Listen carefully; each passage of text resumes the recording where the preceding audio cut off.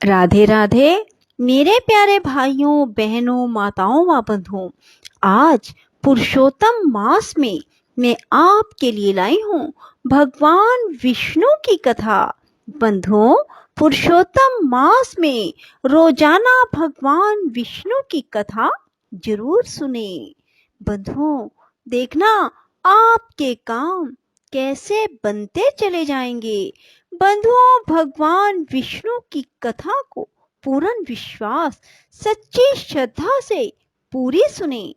बंधुओं, यदि आपने हमारे चैनल को अब तक सब्सक्राइब नहीं किया तो जरूर करें और बेल आइकन दबाना ना भूलें, ताकि आपको हमारी आने वाली सभी वीडियोस की जानकारी सबसे पहले हो सके। बोलो विष्णु भगवान की जय। एक समय की बात है, देवादिदेव जगत गुरु भगवान सदाशिव यमुना जी के तट पर बैठे हुए थे। उस समय नारद जी ने उनके चरणों में प्रणाम करके कहा, देव देव महादेव, आप सर्वज्ञ जगदीश्वर भगवत धर्म का तत्व जानने वाले तथा श्री कृष्ण मंत्र का ज्ञान रखने वालों में सर्वश्रेष्ठ हैं। देवेश्वर, यदि मैं सुनने का अधिकारी हूँ तो कृपा करके मुझे यह मंत्र बताइए, जो एक बार के उच्चारण मात्र से मनुष्य को उत्तम फल प्रदान करता है। शिव जी बोले, महाभाग, तुमने यह बहुत उत्तम प्रश्न किया है। क्यों ना हो, तुम संपूर्ण जगत के हितैषी जो ठहरे, मैं तुम्हें मंत्र चिंतामणि का उपदेश दे रहा हूँ। यद्यपि वह बहुत ही गोपनीय है, तो भी मैं तुमसे उसका वर्णन करूंगा। कृष्ण के दो मंत्र अत्यंत उत्तम हैं, इन दोनों को तुम्हें बताता हूँ। मंत्र चिंतामणि, युगल, द्वय और पंचपदी, ये इन दोनों मंत्रों के पर्यायवाची नाम हैं। इनमें पहले मंत्र का प्रथम पद है गोपीजन, द्वितीय पद है वल्लभ, तृतीय पद है चरणान, चतुर्थ पद है शरणम और पंचम पद है प्रपद्ये। इस प्रकार यह गोपीजन वल्लभ चरणान शरणम प्रपद्ये मंत्र 5 पदों का है। इसका नाम मंत्र चिंतामणि है। इस महामंत्र में 16 अक्षर हैं। दूसरे मंत्र का स्वरूप इस प्रकार है, नमो गोपीजन। इतना कहकर पुनः वल्भाभ्याम का उच्चारण करना चाहिए। तात्पर्य यह है कि नमो गोपीजन वल्भाभ्याम के रूप में यह 2 पदों का मंत्र है, जो 10 अक्षरों का बताया गया है। जो मनुष्य श्रद्धा या अश्रद्धा से एक बार भी इस पंचपदी का जप कर लेता है, उसे निश्चय ही श्री कृष्ण के प्यारे भक्तों का सानिध्य प्राप्त होता है। इसमें तनिक भी संदेह नहीं है। इस मंत्र को सिद्ध करने के लिए ना तो पुरुष चरण की अपेक्षा पड़ती है, ना न्यास विधान का क्रम ही अपेक्षित है। देश काल का भी कोई नियम नहीं है। अरि और मित्र आदि के शोधन की भी आवश्यकता नहीं है। मुनीश्वर, ब्राह्मण से लेकर चंडाल तक सभी मनुष्य इस मंत्र के अधिकारी हैं। स्त्रियां, शूद्र आदि जड़, मूक, अंध, पंगु, हून, किरात, पुलिंद, पुलकस, आभीर, यवन, कंक एवं खश आदि पाप योनि के दंभी, अहंकारी, पापी, चुगलखोर, गोघाती, ब्रह्म हत्यारे, महापातकी, उपपातकी, ज्ञान वैराग्यहीन, श्रवण आदि साधनों से रहित अन्य जितने भी निकृष्ट श्रेणी के लोग हैं, उन सब का इस मंत्र में अधिकार है। मुनि श्रेष्ठ, यदि सर्वेश्वर भगवान श्री कृष्ण में उनकी भक्ति है तो वे सब के सब अधिकारी हैं, अन्यथा नहीं। इसलिए भगवान में भक्ति ना रखने वाले कृतघ्न, मानी, श्रद्धाहीन और नास्तिक को इस मंत्र का उपदेश नहीं देना चाहिए। जो सुनना ना चाहता हो अथवा जिसके हृदय में गुरु के प्रति सेवा का भाव ना हो, उसे भी यह मंत्र नहीं बताना चाहिए। जो श्री कृष्ण का अनन्य भक्त हो, जिसमें दम और लोभ का अभाव हो, जो काम और क्रोध से सर्वथा मुक्त हो, उसे यत्न पूर्वक इस मंत्र का उपदेश देना चाहिए। इस मंत्र का ऋषि मैं ही हूँ। बल्लवी वल्लभ श्री कृष्ण इसके देवता हैं तथा प्रिया सहित भगवान गोविंद के दास्य भाव की प्राप्ति के लिए इसका विनियोग किया गया है।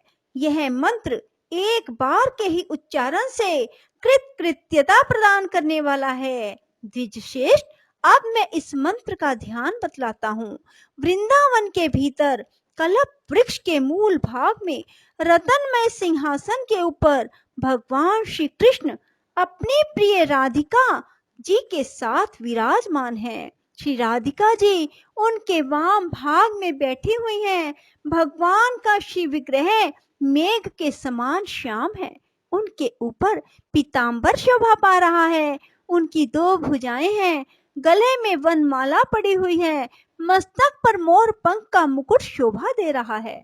मुखमंडल करोड़ों चंद्रमाओं की भांति कांतिमान है। वे अपने चंचल नेत्रों को इधर उधर घुमा रहे हैं। उनके कानों में कनेर पुष्प के आभूषण सुशोभित हैं। ललाट में दोनों और चंदन और बीच में कुमकुम बिंदु से तिलक लगाया गया है, जो मंडलाकार जान पड़ता है। दोनों कुंडलों की प्रभा से वे प्रातःकालीन सूर्य के समान तेजस्वी दिखाई दे रहे हैं। उनके कपोल दर्पण की भांति स्वच्छ हैं, जो पसीने की छोटी छोटी बूंदों के कारण बड़े शोभायमान प्रतीत होते हैं। उनके नेत्र प्रिया के मुख पर लगे हुए हैं। उन्होंने लीलावश अपनी भौहें ऊंची कर ली हैं। ऊंची नासिका के अग्रभाग में मोती की बुलाक चमक रही है। पके हुए कुंदरू के समान लाल होठ दांतों का प्रकाश पड़ने से अधिक सुंदर दिखाई देते हैं। केयूर, अंगद, अच्छे अच्छे रतन, मुंदरियों से भुजाओं और हाथों की शोभा बहुत बढ़ गई थी। वे बाएं हाथ में मुरली और दाहिने में कमल लिए हुए हैं। करधनी की प्रभा से शरीर का मध्य भाग जगमगा रहा है।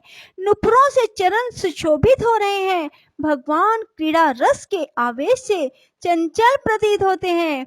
उनके नेत्र भी चपल हो रहे हैं।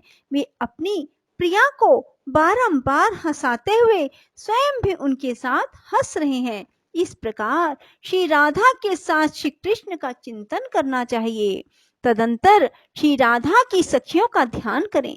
उनकी अवस्था और गुण श्री राधा जी के समान है। वे चंवर और पंखी आदि लेकर अपनी स्वामिनी की सेवा में लगी हुई हैं। नारद जी, श्री कृष्ण प्रिया राधा अपनी चैतन्य आदि अंतरंग विभूतियों से इस प्रपंच का गोपन संरक्षण करती हैं, इसलिए उन्हें गोपी कहते हैं। वे श्री कृष्ण की आराधना में तन्मय होने के कारण राधिका कहलाती हैं। श्री कृष्णमयी होने से ही वे परा देवता हैं, पूर्णतः लक्ष्मी स्वरूपा हैं। श्री कृष्ण के आह्लाद का मूर्तिमान स्वरूप होने के कारण मनीषीजन उन्हें आह्लादिनी शक्ति कहते हैं। श्री राधा साक्षात महालक्ष्मी है और भगवान श्री कृष्ण साक्षात नारायण है।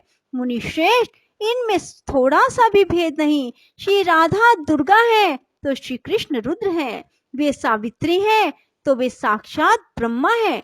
अधिक क्या कहा जाए, उन दोनों के बीच किसी भी वस्तु की सत्ता नहीं है। जड़ चेतनमय सारा संसार श्री राधा कृष्ण का स्वरूप है। इस प्रकार सबको उन्हीं दोनों की विभूति समझो।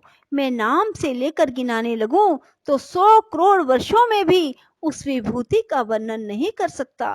तीनों लोकों में पृथ्वी सबसे श्रेष्ठ मानी गई है।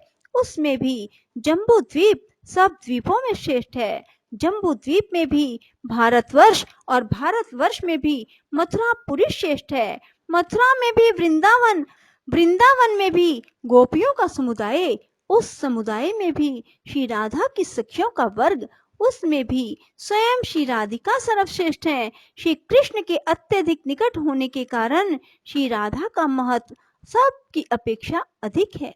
पृथ्वी आदि की उत्तर उत्तर श्रेष्ठता का इसके सिवा दूसरा कोई कारण नहीं।